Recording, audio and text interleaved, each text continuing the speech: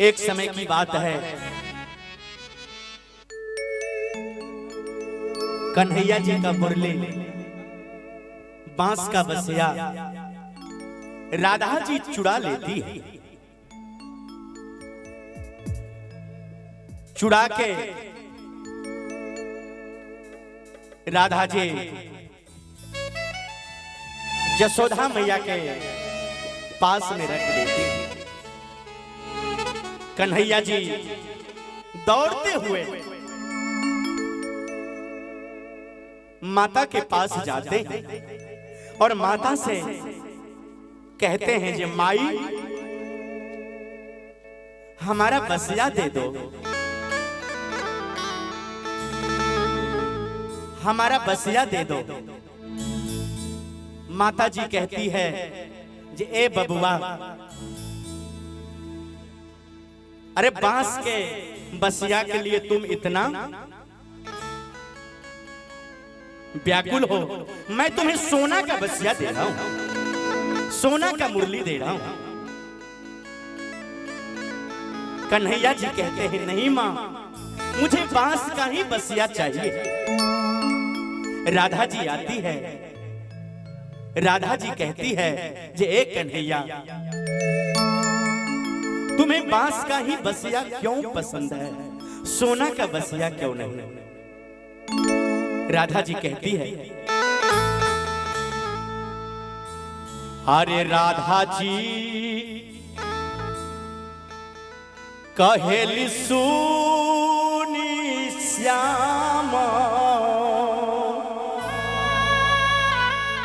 बात छोटू राधा जी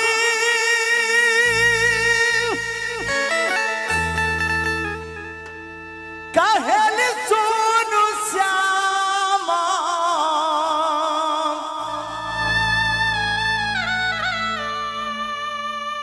हमें बतला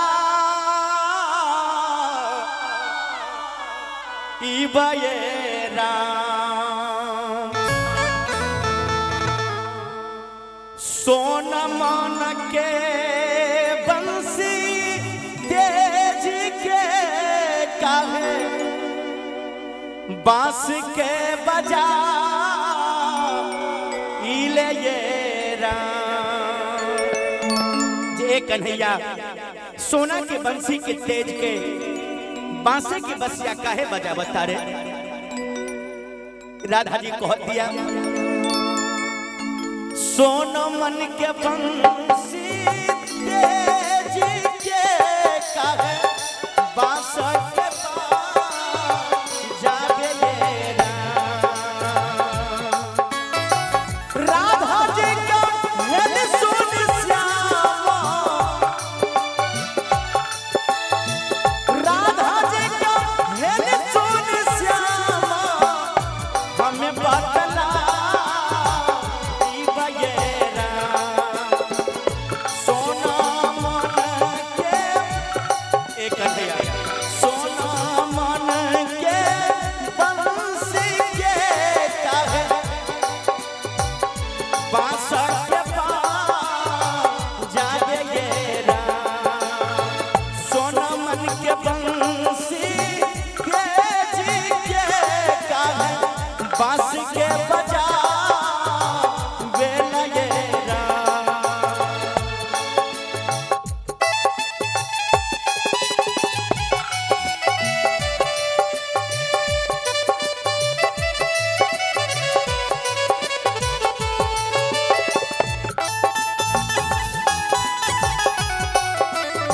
एक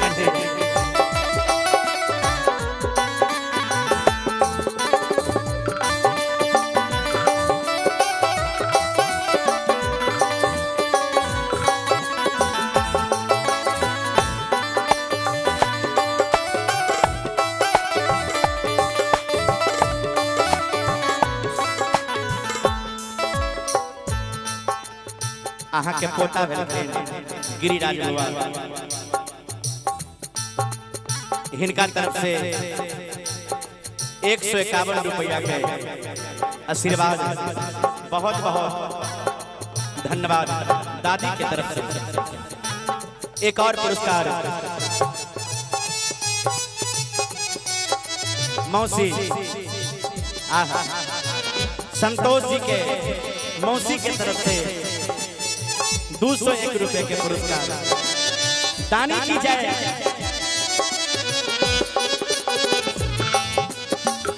सोनमन के बंसी के तेजी के काहे बांस के बजा हुए लगे ना। देखी कन्हैया जी को हतारे जे ए राधा उस समय के बात है कहले कन्हैया सुन राधा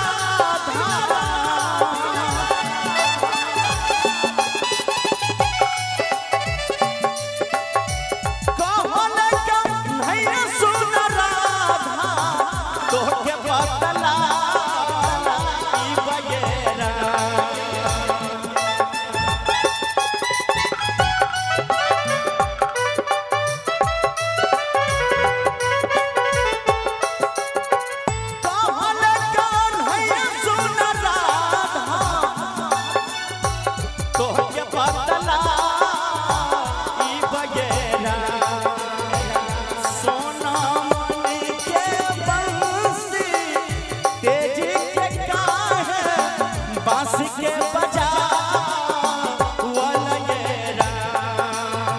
सोनमन के बंसी काहे तेज के बांस के बजा हुआ लगेरा। एक और पुरस्कार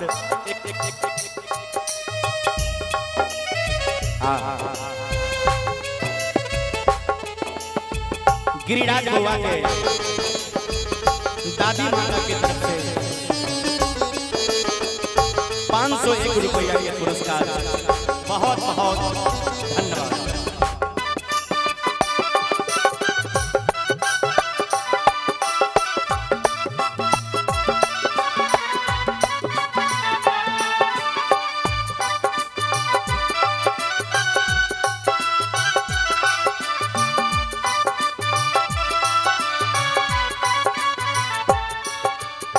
कन्हैया जी को हतारे जे ए राधा बात त्रेता युग की है।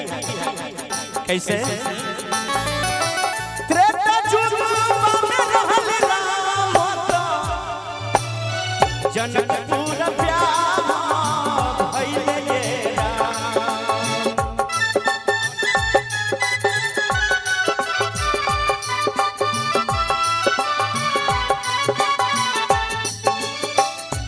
त्रेता युग में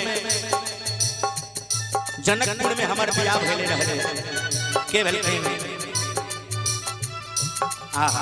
बउआ के गिरिराज बउआ के छोटकी दादी के नहीं रहल गेलै। देखियो कहलखिन सब दान पुण्य करे छै आ हम किया बैसल रहब। हिनको तरफ से 201 रुपए के पुरस्कार।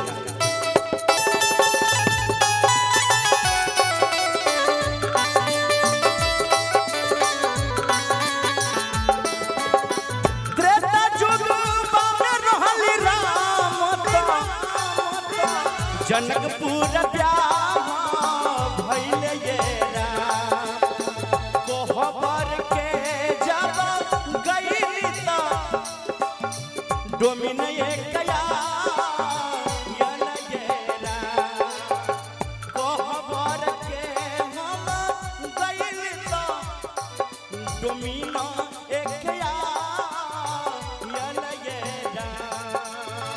त्रेता युग में जब हमार बियाह जनकपुर में भइल रहले तो वही कोहबर घर में एक डोमिन आयल रहले।